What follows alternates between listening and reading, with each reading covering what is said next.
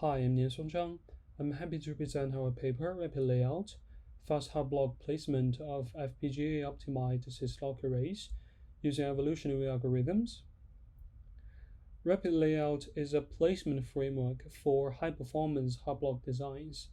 It uses evolutionary algorithms to quickly find high-quality placement and eliminates weeks of manual effort. RapidLayout delivers 1 hour end-to-end placement and routing implementation runtime for large-scale Systolic arrays on devices such as UltraScale Plus V11P, and also targets 650 MHz plus clock frequency with post-placement pipelining. Moreover, RapidLayout introduces transfer learning across devices to make the placement process even faster. We start with a brief overview of Systolic arrays. A Systolic array is a network of coupled computing units. Each independently computes a partial result with the data received from its upstream neighbors, stores the partial result, and passes downstreams. They are very suitable for computational intensive tasks because of their massive data reuse. So we can find them in data center accelerators like Google Cloud TPU, or Xilinx Alveo FPGA card, and Intel Habana's training and inference accelerator, Gaudi and Goya. But it is very hard to exploit high utilization and clock frequencies when mapping a large-scale Systolic array to FPGA. We take the convolution Systolic array design from scaling the cascades as an example. The design uses hard blocks available on modern high-end FPGAs to compute convolution. Cascading these hard blocks allows high-speed data movement, and the design can run at a very high clock frequency, such as 650 MHz, while we know typical LUT-based accelerators can only run at about 200 MHz. When we try to implement this design on Xilinx VU37P FPGA, the utilization rates of URAMs, BRAMs, and also DSP48s are all above 95%. So there's clearly a challenge on how we can place the hard blocks on the FPGA so that we have a routable design and also achieves a high clock frequency. Let's look at the hardware details. As we can see, the hard blocks are arranged in columns on the FPGA, but the distribution of hard block columns is very irregular. Also, the different sizes and different amounts of each type add more complexity to the placement problem. If we let Vivado do the placement work by itself, meaning that we do not give it any priori or manual placements, Vivado will just quit after around 3 to 4 hours because of the heavy congestion. The design is not routable because of the poor placement result. To get a routable design and achieve good clock frequency, we must manually specify placement for every hard block with an XDC constraint file. Discovering such placements require lots of trial and errors, with every iteration costing 5 to 6 hours. The whole process could take weeks for a specific device. So ideally, we want to develop an automatic tool that can discover optimal placements for hard blocks and also for any devices. Also, we want to shorten the implementation time as much as possible. Let's then look at the placement problem. What we see here is a simplified convolution unit built by hard blocks. It has 2 URAMs, 8 BRAMs, and 18 DSP48s. Now the whole design has hundreds of such units, and our goal is to assign each hard block a physical location while getting a routable design with good timing performance. A common optimization goal is to minimize wear length squared. Here we approximate routing congestion with the squared wear length. Delta x plus delta y stands for the Manhattan distance between hard block I and j. Then we weigh the distance with W, the number of connections between those two blocks. But minimizing wear length alone does not always work. Sometimes we see a few stray convolution units that are stressed like taffy. Those units often result in long critical paths. So we add another objective, bounding box size. We minimize the bounding box of each computation unit CK to constrain the critical path so that we have a better timing. We also tried minimizing bounding box alone, but the convergence is not very stable, so we choose these twin objectives for placement optimization. Next, we explain how we solve the placement problem with evolutionary algorithms. First, we must design a genotype to represent placement solutions. Our genotype is three-tier. First, the distribution genotype encodes the amount of blocks in each column.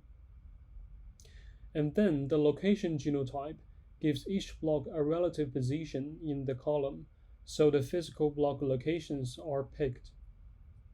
At last, the mapping genotype specifies how hot blocks are connected.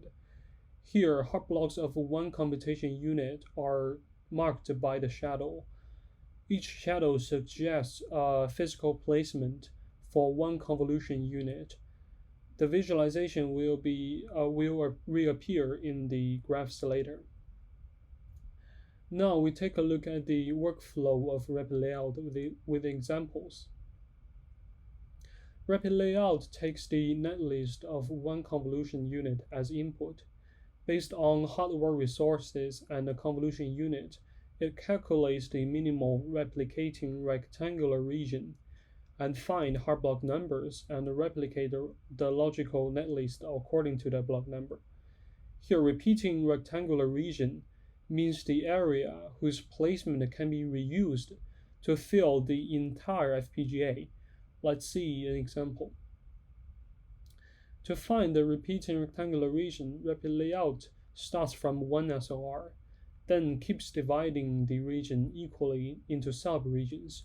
Then it selects the region as small as possible, but has the highest utilization rate.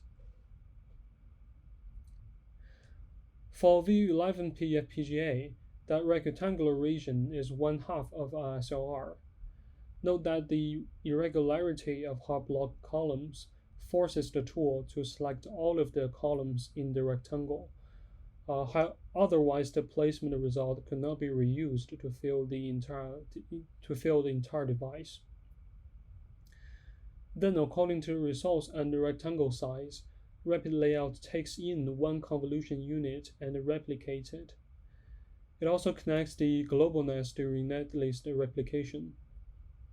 Then RapidLayout performs placement optimization with SGA2 or CMAES in the rectangular region.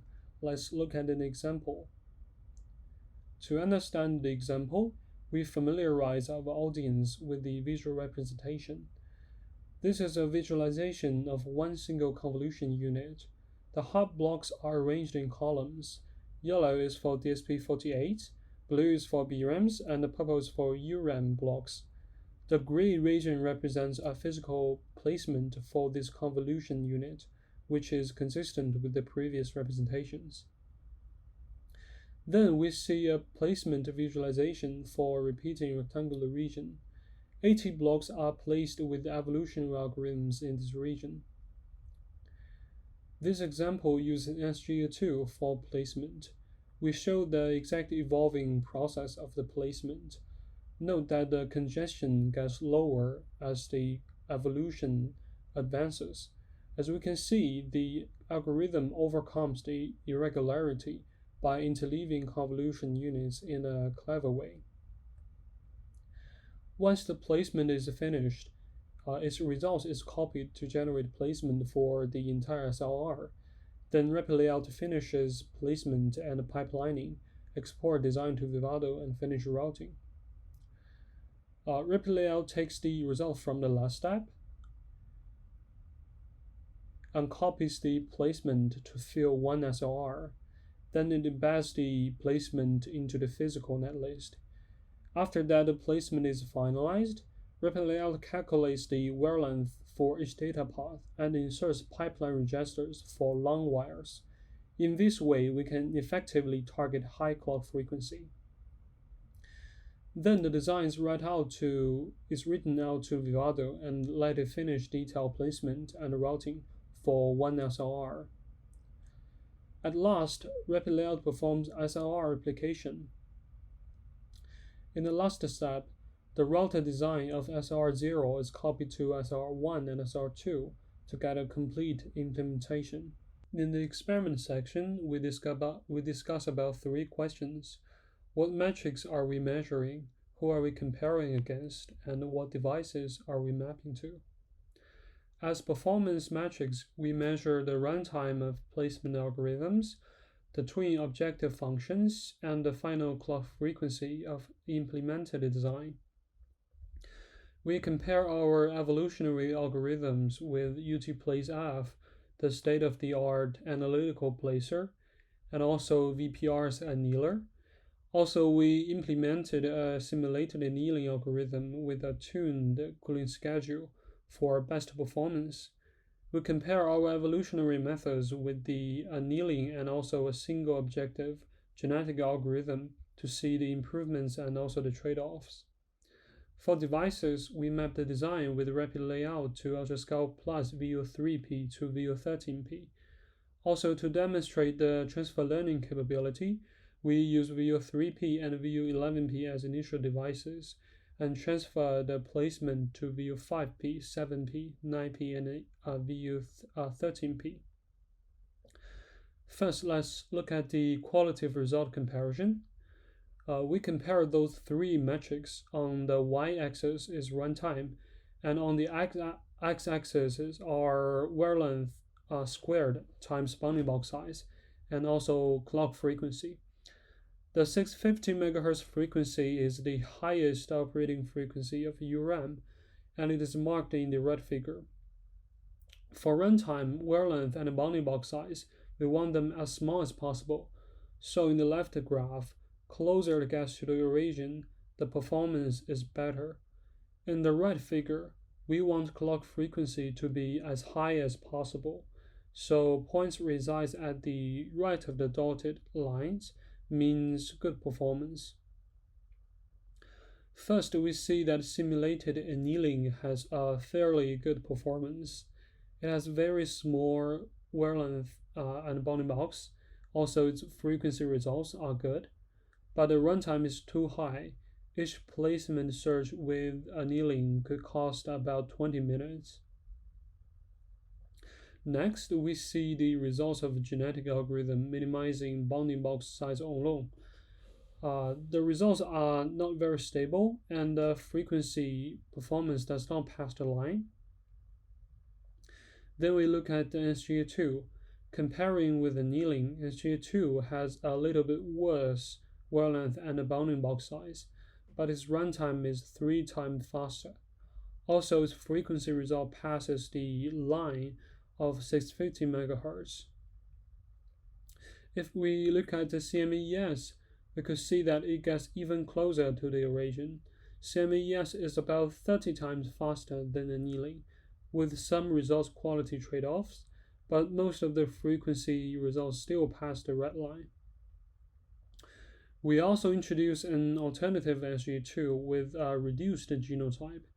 Instead of a complete 3-tier genotype, it uses only the mapping genotype, and hard blocks are selected from bottom to top. The reduced SGA2 is about 5 times faster than annealing, with a similar performance with the original SGA2. At last, we compare the VPR and the UTplaceF. Because they do not consider cascade constraints, so their results cannot be implemented, so the frequency is unmeasured. In runtime, CMES is about 1 time faster than VPR and about 9 times faster than UTplaceF. The result quality is not as good as evolutionary algorithms. Next, we compare the convergence of each algorithm. We plot bounding box size and the product of two objective functions versus iteration. Annealing takes a few 100,000 iterations to converge, so only the initial 30K iterations are plotted. Then we see the optimizing bounding box alone with genetic algorithm is very unstable. And then we plot the convergence graph for NCU2 and NCU2 reduced. NCU2 converges much faster and is more stable. The reduced version takes similar steps to converge, so that we know the saved time of NCU2 reduced comes from less decoding and evaluation time because of the smaller genotype. Finally, we plot the convergence for CMES. CMES converges within 1K iterations, but after 10K, NCU2 clearly gives a better solution, so that we know CMES is ultra fast, and the result quality is acceptable. NCU2 is relatively slower than CMES, but is still 3 to 5 times faster than annealing and delivers result quality as high as annealing. Also, NCU2 takes much less iterations to converge, and due to the nature of evolutionary algorithms, this brings opportunities for parallel accelerations. We put the optimization process together as we have seen in the beginning of the presentation. We notice that the CMES needs only a few iterations to converge. NCU2 needs about 3K iterations, while annealing needs way much longer. At last, we compare clock frequencies at each pipeline depth. The y-axis plots the frequency with and the x-axis plots the pipeline depth. We also mark the URM limited frequency as red dotted line. We look at the manual placement baseline at each depth. Manual placement for a specific device could cost a few weeks, and it needs at least one stage of pipelining to go above the line. We see that annealing has a really good performance, sometimes even better than the manual placement. At deeper pipelining depth, annealing could reach frequency as high as 750 MHz. Then we see the frequency result for NCU2. NCU2 passed the 650 MHz without any pipelining at all. Moreover, it reaches 750 MHz frequency with only 1 to 2 levels of pipelining. Therefore, NCU2 could save more pipeline registers comparing against annealing. We also plot frequencies for NCU2 reduced. NCU2 reduced does not have a frequencies as high as full genotype version, but the result quality is still comparable with the manual placement. Next, we plot frequency for genetic algorithm optimizing the bounding box alone. Genetic algorithm has a poor timing performance. It does not pass the 650 MHz line, and it is also not very stable. CMES, on the other hand, achieves comparable performance with NCU2 and annealing, but with a much shorter runtime. At last, we discuss about transfer learning. The idea of transfer learning is to take placement results on the previous device, encode it into genotype, and decode the genotype according to a target new device as initialization. The placement can be transferred between devices with similar hard block resources, but different column distributions. The initialization on new device is often of high quality, so it does not need many iterations to converge. We partition UltraScale Plus FPGA family into two groups with a similar number of columns. Then we choose VU3P and VU11P as C devices. We compare the runtime and frequency of VU5P to VU13P with and without transfer learning. For VU5P, transfer learning is 13.7 times faster than the searching from scratch. For VU7P, the number is 13.8, for VU9P, 13.6, and for VU13P, the number is 11.6 times. We also want to check if transfer learning affects the result quality. So we also compare the frequency of implemented design with and without placement transfer learning. The result shows that transfer learning has a very small effect on the final frequency, which is -2% to +7%. This example is on VU13P. The placement on the left is transfer learning from VU11P, and on the right is searching from scratch. We see that transfer learning starts from a very high quality initialization, so it only needs a very few small tweaks to get to the final result. In conclusion, RapidLayout eliminates the week-long effort of manual hard block placement. It also accelerates the implementation process to 1 hour. CMAES and SGA2 are 3 to 30 times faster than annealing, and beats VPR and UTPlaceF in both runtime and QOR. Moreover, we introduce placement transfer learning to further speed up placement runtime. The code of this project is open source, and at the following link, we will have a quick look at the repository later. We hope this work could encourage more discussion about new evolution techniques in EDA area. Let's have a quick look at the code repository. In this code repository, we have all the source code of RapidLayout and also all the associated experiments provided in the paper. And also we have a detailed documentation on RapidLayout, including how to use it, how to install the dependencies, how to build a project, and also how to configure RapidLayout to run the main workflow. We also have a step-by-step guide to repeat the experiments in the paper. If we look at the wiki section, we have another detailed explanation on how the intermediate data is stored and how we can use the data to generate the plots and the figures appeared in the paper. We welcome you very much to download our code and try it for yourselves. And this is the end of my presentation. Thanks for listening.